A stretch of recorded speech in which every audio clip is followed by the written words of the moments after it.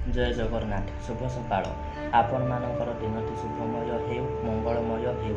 ମୁଁ ଦେବାଶିଷ ପାଢ଼ୀ ଆପଣମାନଙ୍କୁ ଆମର ଶ୍ରୀ ଗୋପାଳ କୃଷ୍ଣ ଆଷ୍ଟ୍ରୋଲୋଜିକାଲ ୟୁଟ୍ୟୁବ୍ ଚ୍ୟାନେଲକୁ ସ୍ୱାଗତ ଜଣାଉଛି। ଆଜିର ବିଶେଷ ତଥ୍ୟ ଉପସ୍ଥାପନ ହେଉଛି ଜୁନ୍ ମାସଟି ମିଥୁନ ରାଶି ଜନ୍ମିତ ବ୍ୟକ୍ତିବିଶେଷମାନଙ୍କ ପାଇଁ କିପରି କଟିବ। ମିଥୁନ ରାଶିର ବ୍ୟକ୍ତିବିଶେଷମାନଙ୍କ ପାଇଁ ଏହି ମାସଟି ମଧ୍ୟମ ଧରଣର ରହିବ। ଯେଉଁମାନେ ଚମଡ଼ା, ଲୌହ ସାମଗ୍ରୀ, ପେଟ୍ରୋଲିୟମ, ଇଲେକ୍ଟ୍ରିକାଲ ଏବଂ ସଫ୍ଟୱେର୍, ଫ୍ୟାଶନ ଡିଜାଇନିଂ କ୍ଷେତ୍ରରେ କାର୍ଯ୍ୟରତ ସେମାନେ ଶୁଭ ଫଳ ପାଇବେ ଏବଂ ଯେଉଁମାନେ ଏହିସବୁ କ୍ଷେତ୍ରମାନଙ୍କରେ କ୍ୟାରିୟର ଗଠନ କରିବା ପାଇଁ ଇଚ୍ଛୁକ ଥିଲେ ସେମାନେ କର୍ମ ନିଯୁକ୍ତି ପାଇବେ। ସ୍ଥାୟୀ ଧନର ପ୍ରାପ୍ତି ହେବ। ଏହି ମାସରେ ଜଗି ରଖି କଥାବାର୍ତ୍ତା ହୁଅନ୍ତୁ, ନଚେତ୍ ଅପ୍ରିୟ ସତ କଥା କହି ଲୋକଲୋଚନରେ ନିନ୍ଦିତ ହୋଇପାରନ୍ତି।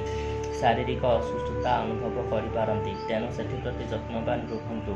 ଛାତ୍ରଛାତ୍ରୀମାନଙ୍କ ପାଇଁ ଏହି ମାସଟି ସୁଖମୟ ନୁହେଁ, ତେଣୁ ପାଠପଢ଼ା ପ୍ରତି ଧ୍ୟାନ ଦିଅନ୍ତୁ ଏବଂ ମା ସରସ୍ୱତୀଙ୍କର କବଚ ଧାରଣ କରନ୍ତୁ। ବାଣିଜ୍ୟ ବ୍ୟବସାୟ କ୍ଷେତ୍ରରେ ଅଶୁଭ ଫଳ ପ୍ରାପ୍ତ ହୋଇପାରେ, ତେଣୁ ସେଥିପ୍ରତି ସତର୍କ ରୁହନ୍ତୁ ଏବଂ ବାଣିଜ୍ୟ ସିଦ୍ଧିଯନ୍ତ୍ରକୁ ବ୍ୟବହାର କରନ୍ତୁ। ପିତା ତଥା ପିତୃତୁଲ୍ୟ ବ୍ୟକ୍ତିବିଶେଷମାନଙ୍କ ପାଇଁ ଚିନ୍ତିତ ରହିବେ। ଧାର୍ମିକ ଅନୁଷ୍ଠାନ ପ୍ରତି ସେତେଟା ମନ ଲାଗିବ ନାହିଁ। ଏହି ମାସରେ କୌଣସି ବି ନୂତନ କାର୍ଯ୍ୟ ଆରମ୍ଭ କରନ୍ତୁ ନାହିଁ। ଆୟ ବା ଇନକମ୍ର ପରିମାଣ ମଧ୍ୟମ ଧରଣର ରହିବ। ଫାଇନାନ୍ସିଆଲ ପ୍ରୋବ୍ଲେମ୍ ଦେଖାଦେଇପାରେ, ଏମିତିକି ଋଣ ଆକାରରେ ଧନ ଆଣିବାକୁ ବି ପଡ଼ିପାରେ।